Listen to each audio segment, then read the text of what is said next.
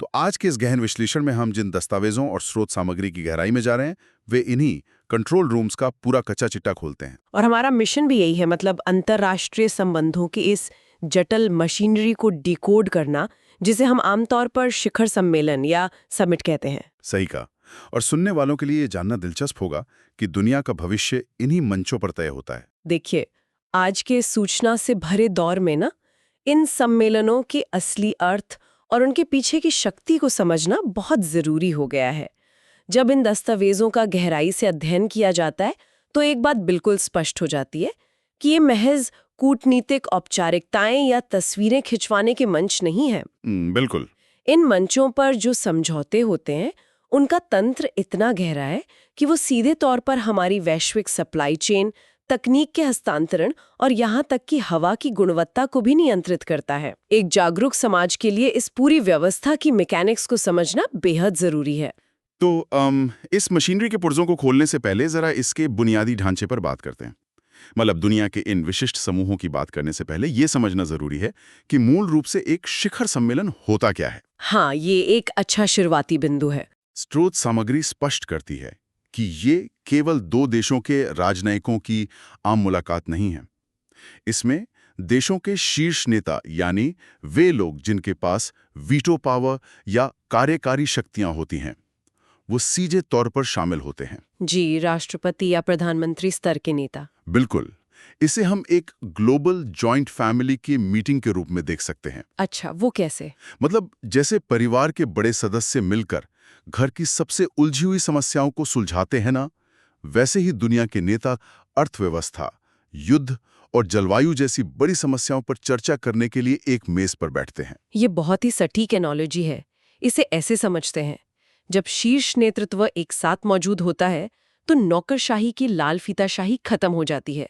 फैसले हफ्तों या महीनों में नहीं बल्कि घंटों में लिए जाते हैं। हाँ, क्योंकि डिसीजन मेकर्स खुद वहां बैठे हैं। बिल्कुल। और सुनने वालों को ये ध्यान रखना चाहिए कि ये केवल सामान्य बैठकें नहीं है, ये तय करती हैं कि दुनिया का भविष्य किस दिशा में जाएगा। वाह। एक तरह से यहीं से दुनिया की दिशा तय होती है। तो सम्मेलन क्या है, ये समझने के बाद अब बात करते हैं उन समूहों की जो दुनिया का पैसा और राजनीति नियंत्रित करते हैं, यानी वैश्विक अर्थव्यवस्था के बिग बॉस। जी, और यहाँ दो सबसे बड़े नाम सामने आते हैं, G7 और G20। हाँ, इन दोनों के बीच का फर्क समझना बहुत अहम है। शुरुआत करते हैं G7 यानी ग्रुप ऑफ 7 से। स्रोत सामग्री के अनुसार इस समूह की स्थापना का साल था 1975। 1975, जी। हाँ, दुनिया तेल संकट के दौर से गुजर रही थी, महंगाई चरम पर थी। ऐसे में उस समय के 7 सबसे विकसित और अमीर देशों America, Britain, Japan, Germany, France, Italy और कनाडा ने मिलकर ये एक्सक्लूसिव क्लब बनाया। और इनका मुख्य विषय हमेशा से वैश्विक राजनीति और धन रहा है। देखिए, इसे ओल्ड मनी या पुरानी दौलत के क्लब के रूप में देखा जा सकता है। पुरानी दौलत। हाँ, क्योंकि G7 की कार्यप्रणाली इस बात पर टिकी है कि इन 7 देशों की राजनीतिक और आर्थिक व्यवस्थाएं लगभग एक जैसी हैं। इसलिए जब दुनिया पर कोई आर्थिक संकट आता है तो ये 7 देश एक सुर में नीतियां लागू कर सकते हैं। लेकिन अगर हम स्रोत सामग्री के अगले हिस्से में जाएं, तो एक नया नाम उभर कर आता है, G20 यानी ग्रुप ऑफ 20। इसकी स्थापना का साल है 1999। बिल्कुल, जब एशिया में वित्तीय संकट आया था। सही कहा। ये 20 सबसे बड़ी और शक्तिशाली अर्थव्यवस्थाओं का महासमूह है, जिसका मुख्य काम आर्थिक समस्याओं को हल करना है। और जाहिर है, भारत इसका एक बेहद अहम और शक्तिशाली सदस्य है। जी। लेकिन यहाँ मेरा एक सवाल है, अगर G20 में 20 सबसे शक्तिशाली देश पहले से ही आर्थिक विकास पर काम कर रहे हैं, तो G7 जैसे एक्सक्लूसिव और छोटे क्लब की अभी भी क्या प्रासंगिकता है? मतलब क्या वो पुराना नहीं पड़ गया? ये एक बहुत ही तार्किक सवाल है। देखिए, सतह से देखने पर ऐसा लगता है, लेकिन दोनों के काम करने का तरीका अलग है। G20 आज की वास्तविकता है, जिसमें भारत जैसी तेजी से उभरती शक्तियां शामिल है। इसमें आम सहमति बनाना मुश्किल होता है क्योंकि इसमें विविधता बहुत है। हाँ, वो तो है। दूसरी तरफ G7 आज भी पुरानी और पारंपरिक आर्थिक शक्तियों का एक क्लोज-निट समूह है। जब भू राजनीतिक फैसले लेने होते हैं, जैसे किसी देश पर प्रतिबंध लगाना, तो वे तेजी से एक रणनीति बना लेते हैं। संक्षिप्त में कहें तो G20 आज की वैश्विक आर्थिक सच्चाई है और G7 पुरानी शक्तियों का अपना प्रभाव बनाए रखने का तरीका। अच्छा, तो ये फर्क है। अब पश्चिमी देशों यानी G7 की बात हो गई तो स्वाभाविक रूप से ये सवाल उठता है कि दुनिया के बाकी देश इस एकाधिकार को कैसे संतुलित कर रहे हैं। बिल्कुल, और यहीं से शक्ति का एक नया संतुलन पैदा होता है। हाँ, और वो है ब्रिक्स। इस समूह की स्थापना का साल था 2009। जी, 2009। इसका मुख्य विषय उभरती अर्थव्यवस्थाएं हैं। इसके सदस्य हैं ब्राजील, रूस, भारत, चीन और दक्षिण अफ्रीका। तो इसका मुख्य उद्देश्य क्या है? पश्चिमी देशों के दबदबे को संतुलित करना और विकासशील देशों को मजबूत और आत्मनिर्भर बनाना। देखिए, अगर हम बड़ी तस्वीर या बिगर पिक्चर को देखें तो ब्रिक्स महज एक आर्थिक समूह नहीं है। ये एक स्पष्ट संदेश है कि दुनिया का नियंत्रण अब केवल पश्चिमी देशों के हाथ में नहीं है। एक बड़ा सिस्टमैटिक शॉक। बिल्कुल, ये इस बात का प्रतीक है कि हम एक बहुध्रुवीय या मल्टीपोलर दुनिया में रह रहे हैं। इन्होंने अपना खुद का न्यू डेवलपमेंट बैंक भी बनाया है ताकि पश्चिमी संस्थाओं पर निर्भरता कम हो सके। तो अर्थव्यवस्था और देशों के गुटों के बाद अब उन संस्थाओं की बात करते हैं जो इस वैश्विक मशीनरी को सुचारू रूप से चलाने के लिए नियम बनाती हैं। जी, चाहे वो बाजार हो या हमारा पर्यावरण। हाँ, यहाँ स्रोत सामग्री में दो बड़े नाम हैं, WTO और COP। सबसे पहले WTO यानी वर्ल्ड ट्रेड ऑर्गेनाइजेशन। इसकी स्थापना का साल है 1995। 1995। यह अंतर्राष्ट्रीय व्यापार के नियम बनाता है। इसका काम है यह सुनिश्चित करना कि देशों के बीच व्यापार बिना विवाद और निष्पक्ष तरीके से हो।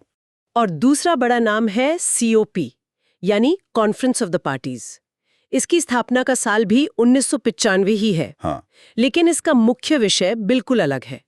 जलवायु परिवर्तन, ग्लोबल वार्मिंग, प्रदूषण और पिघलते ग्लेशियर्स जैसे संकटों के खिलाफ दुनिया के देश मिलकर यहाँ कार्बन उत्सर्जन कम करने के सख्त नियम बनाते हैं। इस पूरी चीज को अगर मैं एक एनोलॉजी से समझाऊं तो WTO उस रेफरी की तरह है जो ग्लोबल फुटबॉल मैच में सुनिश्चित करता है कि कोई बेईमानी ना हो। बहुत खूब। और COP वो स्टेडियम की मेंटेनेंस टीम है।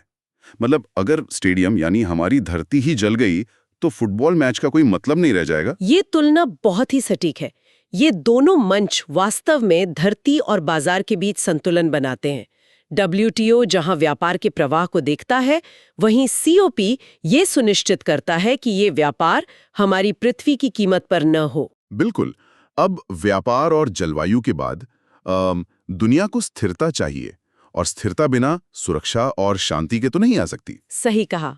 और स्रोत सामग्री का अगला हिस्सा इसी सुरक्षा और कूटनीति के संरक्षकों पर केंद्रित है। हाँ, यहाँ दो प्रमुख समूहों का जिक्र है, NAM और SCO। पहले बात करते हैं NAM की, यानी गुट निरपेक्ष आंदोलन। इसकी स्थापना का साल था 1961। 1961, जब शीत युद्ध चल रहा था। जी, इसका मुख्य विषय स्वतंत्र विदेश नीति है। ये उन देशों का समूह है जो शीत युद्ध के दौरान अमेरिका या रूस किसी भी गुट में शामिल नहीं हुए और शांति का स्वतंत्र रास्ता चुना। लेकिन यहाँ कई लोग एक सवाल पूछते हैं। हाँ, मेरे मन में भी वही सवाल आ रहा था कि शीत युद्ध तो दशकों पहले खत्म हो चुका है, तो क्या आज की दुनिया में NAM जैसे गुट निरपेक्ष आंदोलन का कोई वास्तविक महत्व बचा है? देखिए, आज के दौर में जब नई आर्थिक और तकनीकी महाशक्तियां उभर रही हैं, जैसे अमेरिका और चीन के बीच का टेक वॉर, तब किसी भी एक महाशक्ति के दबाव में ना आना बहुत जरूरी है। यानी स्ट्रैटेजिक ऑटोनॉमी। बिल्कुल। अपनी स्वतंत्र विदेश नीति बनाए रखना आज पहले से कहीं अधिक महत्वपूर्ण है और आम देशों को यही कूटनीतिक कवच देता है। अच्छा, और सुरक्षा के लिहाज से जो दूसरा संगठन है वो है SCO यानी शंघाई कोऑपरेशन ऑर्गेनाइजेशन। जी। इसकी स्थापना का साल है 2001। 2001। ये यूरेशिया मतलब यूरोप और एशिया का सबसे बड़ा राजनीतिक और सुरक्षा संगठन है। इसका मुख्य काम आतंकवाद से लड़ना, सीमाओं की सुरक्षा और आपसी सहयोग है। जी, इसमें आतंकवाद विरोधी एक विशेष ढांचा है जिसके जरिए देश खुफिया जानकारी साझा करते हैं। तो वैश्विक स्तर की राजनीति के बाद अब बात उस जगह की जहां रोजमर्रा का असर सबसे ज्यादा होता है, यानी हमारे अपने पड़ोस और क्षेत्र में। बिल्कुल, क्षेत्रीय एकता। यहाँ आसियान और सार्क का जिक्र आता है। आसियान की स्थापना का साल है 1967। ये दक्षिण पूर्व एशिया के 10 प्रमुख देशों का समूह है, जिसका लक्ष्य अपने क्षेत्र में आर्थिक विकास, शांति और स्थिरता लाना है। और इसी तरह सार्क यानी दक्षेश, हाँ, इसकी स्थापना का साल है 1985। 1985 जी। इसमें भारत और इसके पड़ोसी देश शामिल हैं। इसका मुख्य काम गरीबी दूर करना, विकास करना और आपसी भाईचारा बढ़ाना है। तो अगर हम एक त्वरित रिकैप करें ताकि सुनने वालों को ये सब आसानी से याद रहे। मैं इसे एक सारांश के रूप में रखती हूँ। जी। देखिए, अर्थव्यवस्था के लिए हमारे पास हैं G20, G7 और ब्रिक्स। जी सुरक्षा और कूटनीति के लिए हैं SCO और NAM। बिल्कुल। पर्यावरण और व्यापार के नियम तय करने के लिए हैं COP और WTO। और अंत में क्षेत्रीय सहयोग के लिए है आसियान और सार्क। ये रिकैप बहुत स्पष्ट था। तो इस विस्तृत चर्चा से जो निष्कर्ष निकलता है वो ये है कि दुनिया की दिशा हमारा भविष्य। ये शिखर सम्मेलन केवल बंद कमरों की बैठकें नहीं हैं। बिल्कुल नहीं। ये वो कंट्रोल रूम है जहां इंसानियत का कल तय होता है। और इसीलिए दुनिया को समझना है तो इन सम्मेलनों को समझना सबसे जरूरी है, क्योंकि ज्ञान ही वो शक्ति है जो हमें एक बेहतर और जागरूक नागरिक बनाती है। बहुत सही बात कही आपने। अब आज के इस सत्र का अंत करने से पहले स्रोत सामग्री से परे मैं एक विचारोत्तेजक सवाल छोड़ना चाहता हूं। जी बताइए। इन सभी संस्थाओं की स्थापना 20वीं या 21वीं शताब्दी की शुरुआत में हुई थी, लेकिन जिस तेजी से आज आर्टिफिशियल इंटेलिजेंस या AI और अंतरिक्ष अनुसंधान बढ़ रहा है, सुनने वालों के लिए सोचने वाली बात है कि क्या अगले 10 सालों में हमें इंसानों और मशीनों के बीच तालमेल बिठाने के लिए किसी बिल्कुल नए शिखर सम्मेलन की जरूरत पड़ने वाली है? ओहो, ये तो बहुत ही गहरा सवाल है ना? क्या हमारे आज के ये कंट्रोल रूम्स भविष्य की इन नई चुनौतियों के लिए तैयार हैं? ये वास्तव में सोचने का विषय है। बिल्कुल। तो इसी उत्तेजक विचार के साथ हम आज के इस गहन विश्लेषण को यहीं समाप्त करते हैं। उम्मीद है कि इस सत्र से कुछ नया और बेहद मूल्यवान सीखने को मिला होगा। जी, इस कूटनीतिक यात्रा में हमारे साथ जुड़ने के लिए बहुत बहुत धन्यवाद। ज्ञान बढ़ाते रहें।